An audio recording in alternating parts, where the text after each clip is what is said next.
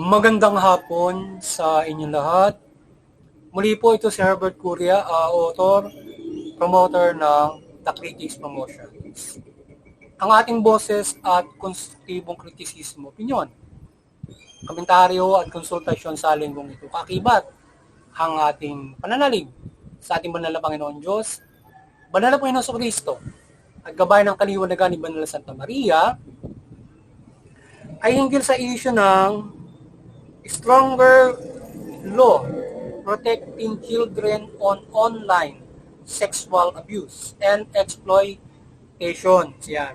Ang ating kagalang-galang na Senadora Loren Legarda ay nais magpasa ng batas na amyendahan at expand ang mga existing na batas laban sa pang-aabuso sa mga kabataan online o itong Republic Act 11930 at or the Anti-OSAIC and Anti-CSAM Act. Yan. O ito yung online sexual abuse of exploitation of children. Yan. Or layunin ng pag-amyenda ng mga batas dito ay higit na maprotektahan ang mga minors in online sexual abuse and exploitations. Ang mga sindikato ng krimen ng human trafficking at iba't ibang pang-abuso sa kabataan ay maprotektahan lubos sa nasabing batas. So, yun. So, yan. At yung ating mga kabataan ay maprotektahan laban dito sa human trafficking. Itong mga batas na ito. From yung existing na OSAIC, i-expand niya. Pag-ibayuhin pa para maprotektahan laban diyan sa mga nag-aabuso sa mga kabataan in online abuse o exploitation. Yan. So pag-iba yun ni Senator Loren Legarda yan na nais niya nitong nais nitong maging reliable and reliable at maasahan ng ating pamahalaan laban sa mga umaabuso sa mga kabataan online. Hindi pababayaan ng ating pamahalaan na maging kanlungan at pagkakitaan ang digital skills at financial channels, etc. etc. So, yan. So, ang ating pamahalaan at mga child rights advocates ay nais na mapag-ibayo ang online protection sa mga kabataan dahil sa lumalagong AI o artificial intelligence na ginagamit para maabuso ang mga kabataan sa Safer Internet Day na ipinagdiwang nitong nakaraang mga araw. Ay isinusulong dito ito ng ating pamahalaan at ng ibang bansa upang maprotektahan ang mga nagamit ng internet, partikular mga bata. So yan. So doon sa Safer Internet Day na pagdiriwang, so yung ating pamahalaan at yung mga civil society group, para sa child rights advocate, nagkasubos sila ng pag-ibayo noong ating online protection para sa mga kabataan dahil nga sa may mga AI nang naglalabasan. So, yung mga negative sides from the AI using it in child abuse ay kinakailangan maprotektahan doon.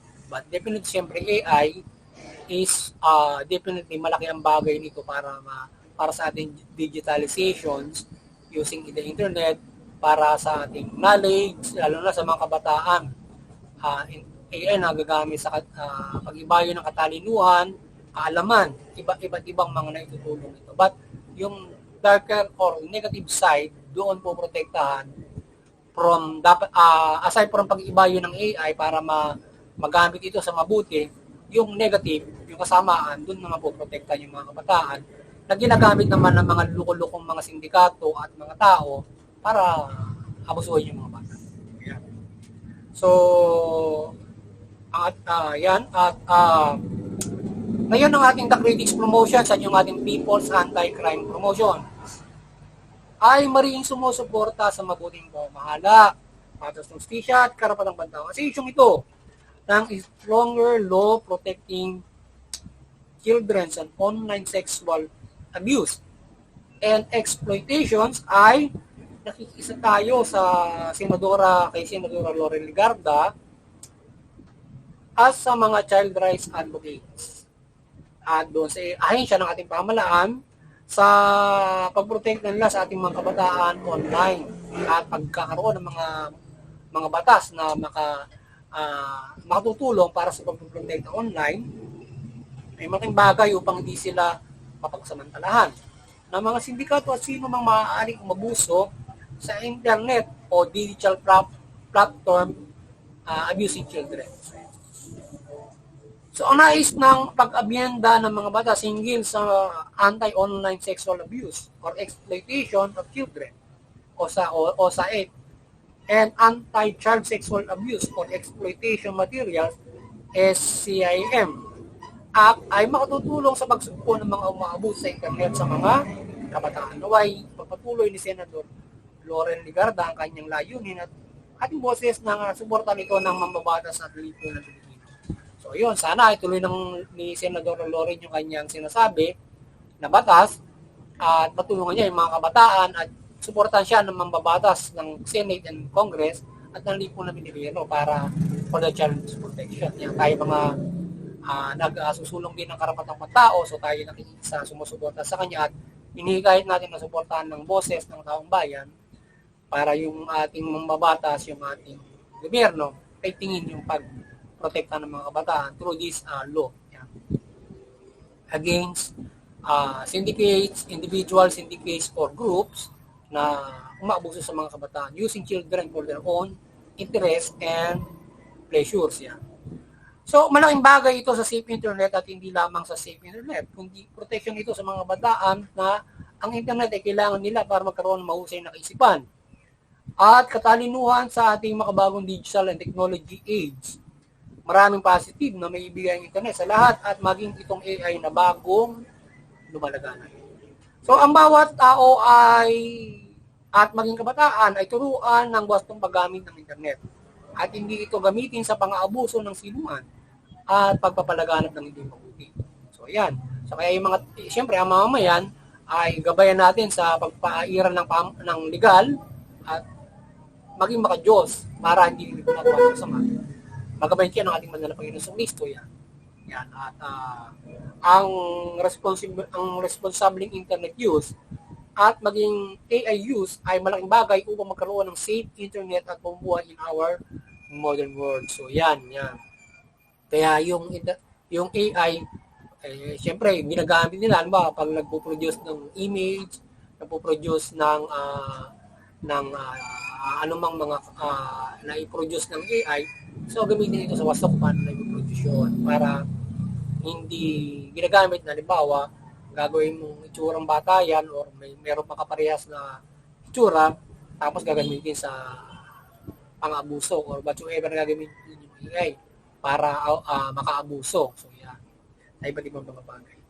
So, ngayon, ang internet ay magagamit upang palaganapin ng mabuti at influence sa maaari makipag-ugnayan diyan sa ating pamahalaan upang ireklamo ang mga nalabag sa batas, partikular sa mga children. So, yan.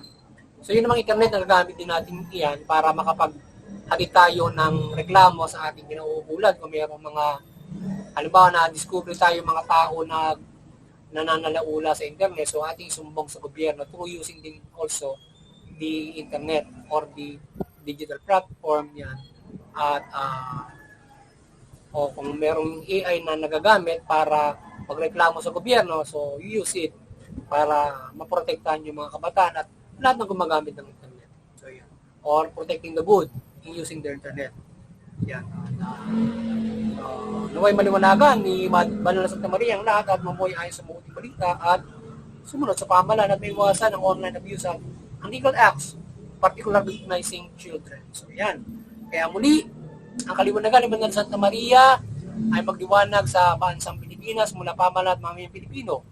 Yung pamahalaan, mamahalan ng mabuti, matuwid, tugunin yung karapatan ng tao, patas ng hustisya, iwasan yung katiwalian, pang-aabuso, korupsyon, pang-api, opresyon, inequality, At yung mamamayan naman, iwasan yung paglabag sa pamahalaan, paglabag sa batas, pag-suportahan yung mabuting pamamahala, patas sa hustisya, karapatan ng tao. Sa gayon, makapamumuhay tayo ayon sa karapatan, mapayapa. Sa lahat, makakapananampalataya tayo ng lubos sa ating mahal na Panginoon Diyos, mula sa Panginoon sa Kristo at mabuting balita. Magkaroon tayo ng kaligtasang spiritual, mamuhay tayo ng mabuti. Muli, magandang hapon sa inyo lahat at God likes you all. Sana nakapagsabawas naman the critics promotion ng konstruktibong kritisismo, opinion, komentaryo at konsultasyon sa liyong ito. Pagkatapos ito.